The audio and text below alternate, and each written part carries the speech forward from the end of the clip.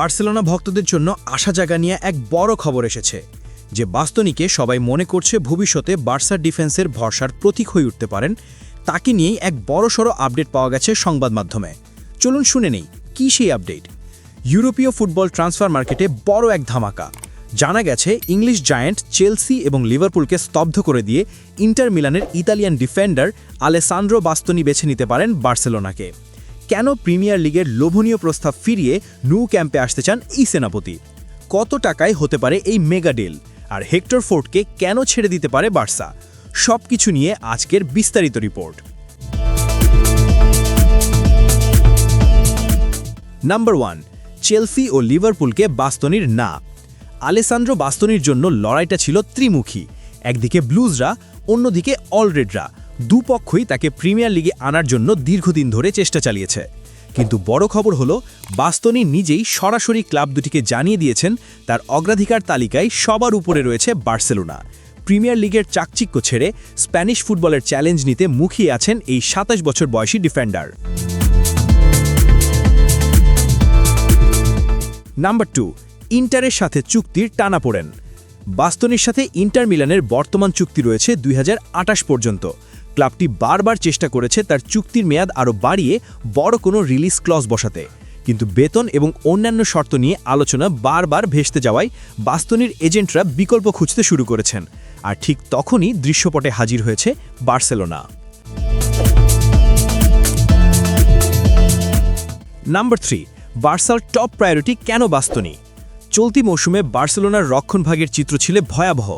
বিশেষ করে চ্যাম্পিয়ন্স লিগের প্রতিটি ম্যাচে গোল হজম করতে হয়েছে কাতালানদের। কোচ হান্স ফ্লিক তার ডিফেন্সকে আরও সলিড করতে চান। যদিও মার্কোস সেনেসির মতো অপশন ছিল, কিন্তু ফ্লিকের প্রথম পছন্দ বাস্তনি, কারণ তার অভিজ্ঞতা এবং বল প্লেয়িং এবিলিটি বার্সার স্টাইলের সাথে একদম পারফেক্ট। নাম্বার 4, মেগা ডিলের অঙ্ক হতে পারে ৫৫ মিলিয়ন ইউরো, সাথে প্লেয়ার এক্সচেঞ্জে থাকতে পারেন হেক্টর ফোর্ড। ইন্টার মিলান শুরুতে বাস্তনির জন্য ৮০ মিলিয়ন ইউরো চেয়েছিল। বার্সার বর্তমান আর্থিক অবস্থায় এই বিশাল পরিমাণ টাকা খরচ করা কঠিন, তাই তারা বুদ্ধিদীপ্ত এক চাল চেলেছে। ইন্টারের দীর্ঘদিনের পছন্দের তরুণ রাইট ব্যাক হেক্টর ফোর্ডকে এই চুক্তিতে অন্তর্ভুক্ত করা হয়েছে।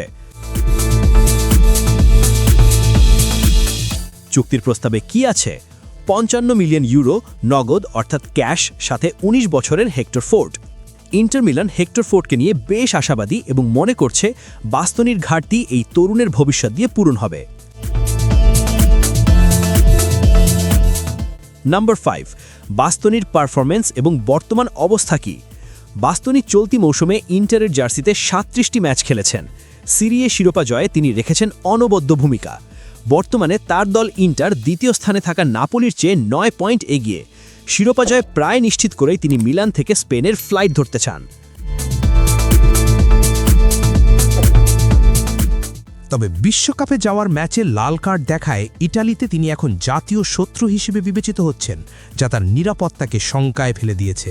তাই এ ধরনের একটা কথা উঠেছে যে বাস্তনি নিজেই নিজের নিরাপত্তার কথা চিন্তা করে খুব দ্রুত ইটালি ছাড়তে চাইছেন। আর সেটাই হতে পারে বার্সার জন্য সবচেয়ে বড় সুযোগ। নাম্বার 6, হেক্টর ফোর্ডের ইনজুরি এবং রিকভারি। চুক্তিতে থাকা তরুণ হেক্টর ফোর্ড গত ৩ মাস ইনজুরির কারণে মাঠের বাইরে ছিলেন। তবে সুখবর হলো তিনি সুস্থ হয়ে উঠেছেন এবং এলচের হয়ে অ্যাটলেটিকো মাদ্রিদের বিপক্ষে ম্যাচ দিয়ে মাঠে ফিরছেন। ইন্টার স্কাউটরা এই ম্যাচের দিকে গভীর নজর রাখছেন। সবশেষ জানা গেছে বাস্তনি এবং বার্সেলোনার মধ্যে ব্যক্তিগত সব শর্তাবলী ইতিমধ্যে চূড়ান্ত হয়েছে। এখন শুধু ইন্টার মিলানের সাথে আনুষ্ঠানিক ঘোষণার অপেক্ষা। যদি এই রিউমার সত্যি হয়, তাহলে তা হতে পারে বার্সা ভক্তদের জন্য হাফ ছেড়ে বাঁচা।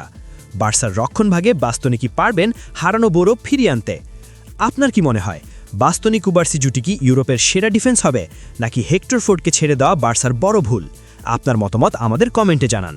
ফুটবলের এই মেগা ট্রান্সফারের সব আপডেট সবার আগে পেতে স্পোর্টস বাংলা আপডেট চ্যানেলটি সাবস্ক্রাইব করে উৎসাহ দিন। দেখা হচ্ছে পরের ভিডিওতে। ধন্যবাদ।